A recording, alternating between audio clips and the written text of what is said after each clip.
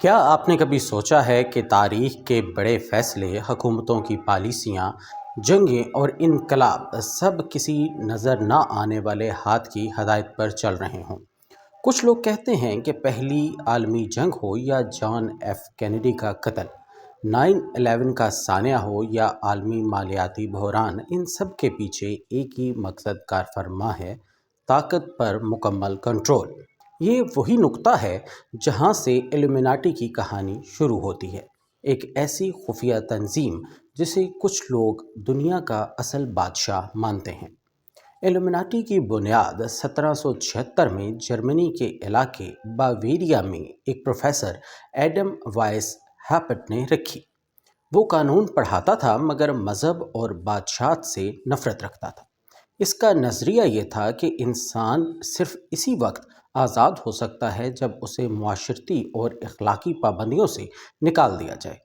اس نے ایک ایسا گروہ بنایا جس کا نعرہ تھا: روشنی اور عقل کے ذریعے دنیا پر حکمرانی۔ لیکن بعض محققین اسے لوسیفر انلائٹمنٹ یعنی شیطانی روشنی کہتے ہیں۔ ایلومیناٹی کے بنیادی مقاصد میں شامل تھا بادشاہت کا خاتمہ، مذہب کا خاتمہ، خاندان کا خاتمہ، نجی ملکیت کا خاتمہ اور ایک عالمی حکومت کا قیام۔ ان کے نزدیک مذہب انسان کو غلام بناتا ہے، خاندان وفاداری کو تقسیم کرتا ہے اور ملک پرستی جنگوں کو جنم دیتی ہے۔ اسی لیے ان کا نعرہ تھا: ایک دنیا، ایک حکم، یعنی ون ورلڈ، ون آرڈر۔ ایلومیناٹی نے انسانی ذہن کو قابو میں رکھنے کے لیے تربیت اطاعت یعنی کنڈیشننگ کا پورا نظام بنایا۔ یہی وہ فلسفہ تھا جو بعد میں میڈیا، تعلیم اور تفریح کے ذریعے عوامی شعور پر قابض ہو گیا۔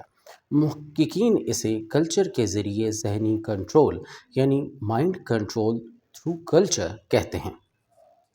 یعنی اب جنگیں بندوق سے نہیں بلکہ خیالات سے لڑی جاتی ہیں۔ ایلومیناٹی کے اندر عورت کا کردار بھی نہایت دلچسپ ہے۔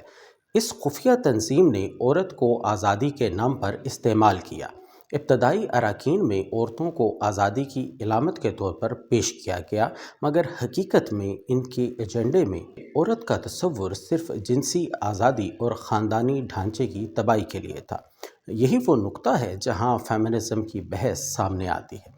کچھ محققین کے مطابق جدید فیمنزم کا ابتدائی تصور خواتین کے حقوق نہیں بلکہ سماجی کنٹرول کے نئے راستے پیدا کرنا تھا۔ ایلومیناٹی کے اراکین اپنے آپ کو عقل مندوں کا طبقہ سمجھتے تھے، ایک ایسا طبقہ جو عوام کو اندھی تقلید کرنے والا جھنڈ سمجھتا تھا۔